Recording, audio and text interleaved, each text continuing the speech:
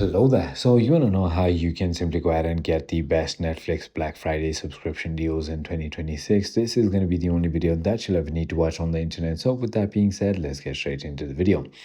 To get the best Netflix Black Friday 2026 deals or just any year, expect Netflix to offer little directly as they rarely discount their own service but leverage bundles with other services like Walmart Plus, Friendly TV, or telecom providers like Verizon, and then T-Mobile, and watch for third-party retailer gift cards at a discount and prepare early by tracking prices and signing up for alerts for other streamers that do big offers and then locking in deals before the late November 2026.